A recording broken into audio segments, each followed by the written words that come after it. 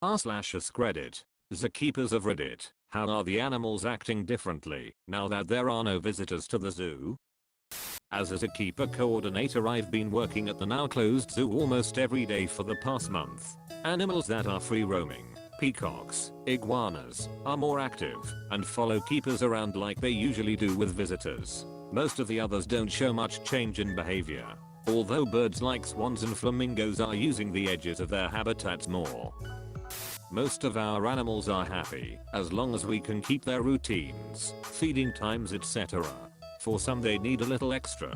We do public encounters with our koalas, wombats, and snakes among others, so we spend an hour or so a day cuddling and handling these animals to keep them happy. A few of our koalas really fret if they don't get their cuddles. Otherwise we just try to continue to spend time with animals that are expecting human interaction, and of course we can take things for walks around the place, like I'm sure you've seen at other zoos. Our wombats love a run and sniff, dingoes as well.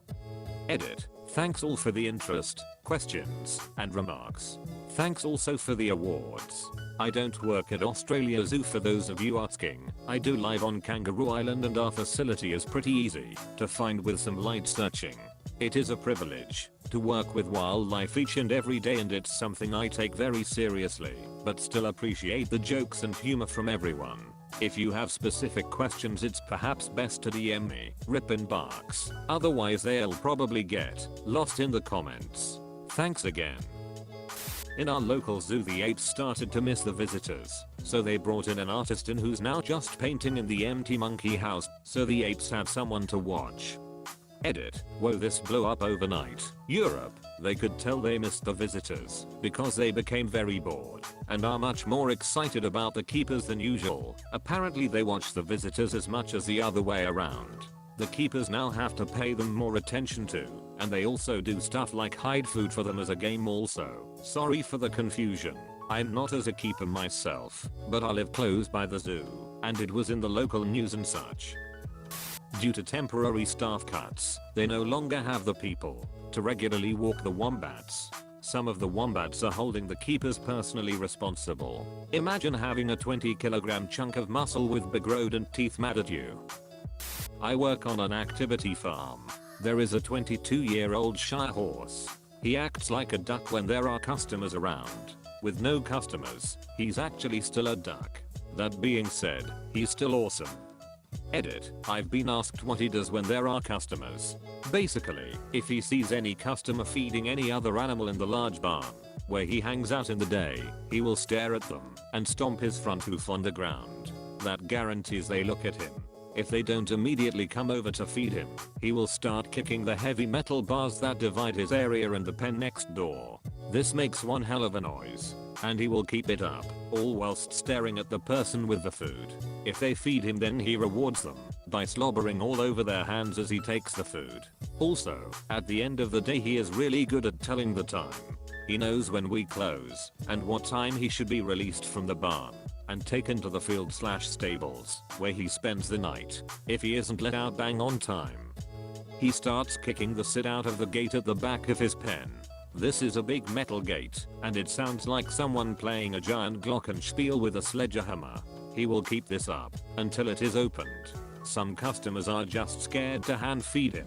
He is massive and his mouth is big enough to easily fit someone's hand in.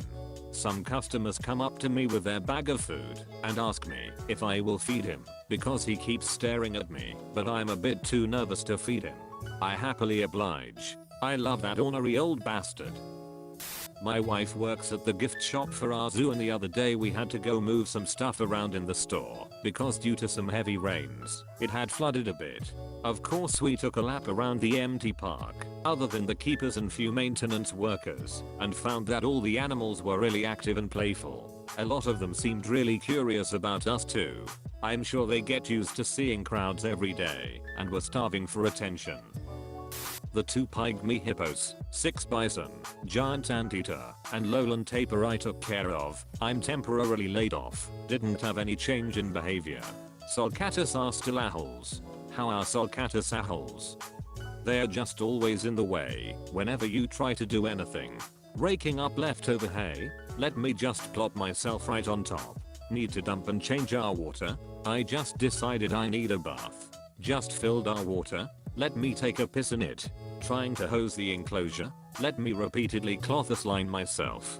Trying to scrub my shit stains off the floor? I need to be on top of it now. And take another shit. Another tortoise is bleeding? Let me try to eat his foot overnight. Another tortoise is trying to eat my bleeding foot. Let me just sit here until someone finds me in the morning and not try to move or get away. Trying to bandage up my bleeding foot and provide antibiotics. Now's the time for me to struggle and thrash around. Oh, you installed heat lamps to help my healing process? I'm gonna sit in this corner and go on a hunger strike. Stuff like that. The guests love them though.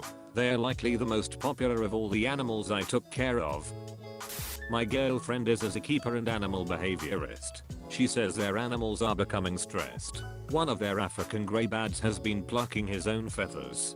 She also mentioned that, because they can't touch many of the animals due to the virus potentially spreading to another zookeeper, many of the animals are looking and acting depressive, not eating well, etc. For a lot of our animals, having the ability to interact with guests is actually extremely important. Even for primates to be able to play with kids through the glass, they are missing out on a lot of enrichment. Guests keep a lot of the monkeys entertained. I watch our guests all day long show our marmosets and capuchin selfie cameras and they love to see their reflection. Guests will also show videos on their phones to animals and the monkeys totally enjoy it. We have a rescue cockatoo named Ro who sings row row row your boat to guests. When little kids dance and sing it to her, she gets really excited and feeds off their energy. So do our other cockatoos on exhibit. But now without guests to show off for, every now and then, when it's quiet we'll hear her start row row row, and then she stop and huffs a bit and gets really quiet and sad because she has no one to sing to. Some of our animals really miss having kids to show off for.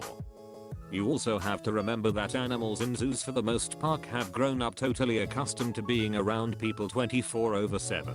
They are not wild animals at all really. They've grown up in a very different social dynamic. Quite a few animals get noticeably depressed in the winter months every year when we have few guests, and then perk up in the spring when we get busy. You've made it to the end. Please like and subscribe to see more videos.